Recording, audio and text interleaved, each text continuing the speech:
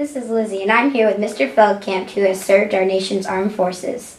Mr. Feldkamp, which branch of the military did you serve in, and what job did you perform? Well, I served in the United States Army Reserve back in the early to late 1990s. I did a couple of different jobs. I served with the 3rd Battalion 11th Special Forces Group. In that job, I did something they call electronic warfare intercept tactical systems repair. So I got to work with a lot of really cool electronics back in the day. We got to intercept wireless communications, directional find them, locate where the enemy would be, and we also were running jamming equipment, so we would jam their signals so that they couldn't get the signals out to their individuals that were on the field. The other job that I did, I also went and worked with a civil affairs battalion, and with that I was a 38 Alpha, which was a civil affairs specialist. With that particular job, we worked with, in conjunction with special forces and other groups, we worked out in the field where we would work with organizations that had undergone a natural disaster or were involved in a war where there were a lot of dislocated civilians, and a lot of us had specialized skills that we would bring to the field to help rebuild their community. What inspired you to serve our country? I guess it was around 1990, 1991, they had an operation, Desert Shield and Desert Storm, and had some friends that were joining up and serving, and I wanted to do some service for my country as well, so I decided that that would be a great opportunity for me to serve my country and perform some services to help our country out. Did you get to travel to places around the world? If yes, where did you go? Unfortunately, I was not able to go anywhere, or I was never stationed anywhere outside of the country, but I did serve here in our own country, and especially where my reserve units were. They were all in South Florida, and that's where I'm from originally, so I worked and served my own community. Can you share a memory of your time serving our country? Oh gosh, I think probably one of the times that I remember best was when I was going through airborne school right here in Georgia, down near Columbus at Fort Benning. Being part of Special Forces, you're required to go through airborne school and learn how to jump out of perfectly good airplanes and helicopters. And having that experience of never doing anything, or not having that experience of ever jumping out of a perfectly good plane or helicopter before, was quite an experience, exhilarating.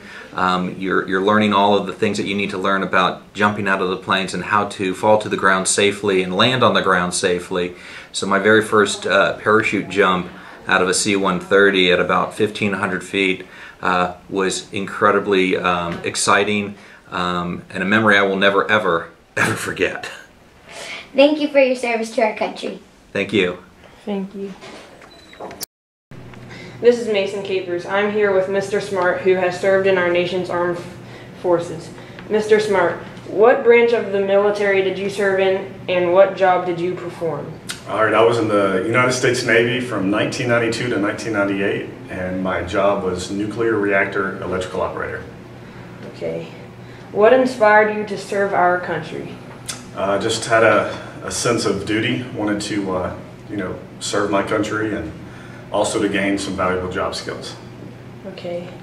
Did you get to travel to places around the world? If yes, where did you go? Oh gosh, we traveled, we've been to Italy, Israel, Spain, all the Virgin Islands. We went to Gibraltar, which is owned by Spain, and a couple other places. Okay. Can you share a memory of your time serving our country? The biggest memory was when we go to foreign countries. The food was different in that not many countries we went to had refrigeration. So if you ate a bowl of cereal, it was with warm milk, usually goat milk. And the meat would be hanging up outside with flies all over it. So that was the biggest culture shock, was the food that you had to eat in other countries. Okay. Thank you for our service to our country. Thank you. This is Lizzie, and I'm here with Mr. Evans, who has served in our nation's armed forces. Mr. Evans, what branch of the military did you serve in, and what job did you perform? I was in the United States Army, and I served as a military intelligence officer for 20 years. What inspired you to serve our country? It was my grandfather. He served in World War II, and he thought, it's my time to serve. Did you get to travel to places around the world? If yes, where did you go? Well, I went to Korea, Egypt, Kuwait, Iraq, and Mexico. Can you share a memory of your time serving our country? Sure. The day I retired, my first sergeant wanted to know what kind of ceremony I wanted. And he said, I told him I want a small ceremony. And when my wife and child and I walked out, there was about 2,000 people there, multiple armies, horses, Humvees, tanks, helicopters, you name it. And it was very humbling. I received so many awards and medals and coins, lots of food. It was a really, really good day. Thank you for your service to our country. This is Emery. I'm here with Mr. Hall, who served our nation's armed forces. Mr. Hall, what branch of the military did you serve in, and what job did you perform? I was in the Marine Corps. I was a machine gunner in 0331. What inspired you to serve our country? It was honestly to prove to myself that I could do it, because with the Marines being the hardest one of the hardest ones, like with the boot camp and stuff like that. So it was pretty much a challenge for myself to prove that I could do it. Did you get to travel to places around the world? I first went to Guantanamo Bay, Cuba, went to Okinawa, Japan, Bosnia, Turkey, Romania, Italy, Spain,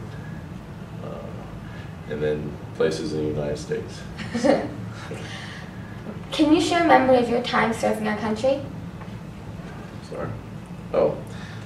We did a lot of training. I enjoyed it, working with a lot of different cultures. Learned a lot of different cultures from people and what their beliefs, how they perceive different things, and that it helped a lot, especially learning from different cultures, going overseas, seeing how other people, things that you take for granted, they think it's a luxury. Like, for example, Cuba, when we went to Guantanamo Bay, they got from their food, they thought just getting a loaf of bread, they thought they were wealthy, just getting a loaf of bread. So it makes your eyes open up a lot.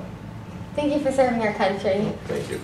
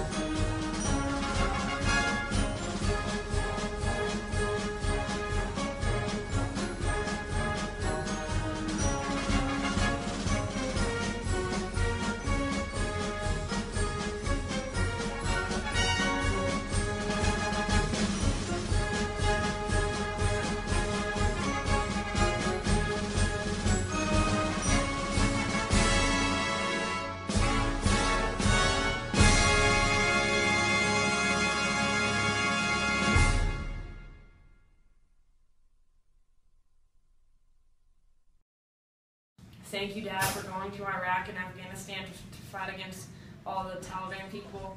And thank you for being in the Army, and thank you for fighting for our country, America. Hi, I'm Heidi Merlo, and on this Veterans Day, I'd like to thank my dad, James Merlo, for serving in the United States Army for 22 years. Because of this, I'm proud to say that I'm an Army brat. Hey, my name is Casey Gunn, and on this Veterans Day, I want to take time to thank my dad, Dusty Gunn, for serving in the United States Coast Guard and protecting our country. Thank you, Uncle Robert, for serving 25 years as a retired Master Sergeant in the Air Force. Before retirement, he worked on drones, and he's traveled to 18 different countries. Now he is at college getting a degree. Thank you, Uncle Robert. Love you. Bye. Hi, my name is Carson Rice. I want to honor my grandfather, Richard Nawal, for serving in the U.S. Army during the Korean War. Thank you, Pop Pop, for your service in our country. This is Ben Graff, and on this Veterans Day, I thank my great-grandfathers, my grandfather, uncle, and cousins for their dedication to serving our country.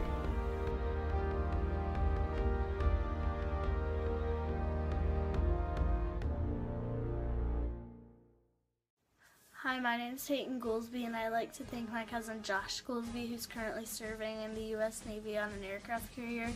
Thank you for your service to our country of the United States of America. And most importantly, happy Veterans Day. My name is Maggie McGinley. And I'm Noel McGinley. Our family has a long history of serving our country that dates back to the Revolutionary and the Civil War. We would like to thank our uncle, Mr. Steve McGinley, for his service as a paratrooper in the Army, and our uncle, Dr. Eric Pryor, for his service as a dentist in the Navy.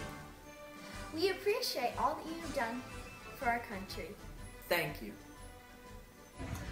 My name is Emily Hilton. Today I'm here to show my love and gratitude for my uncle, Bill Henderson, who has served the United States Army. Thank you for all you do.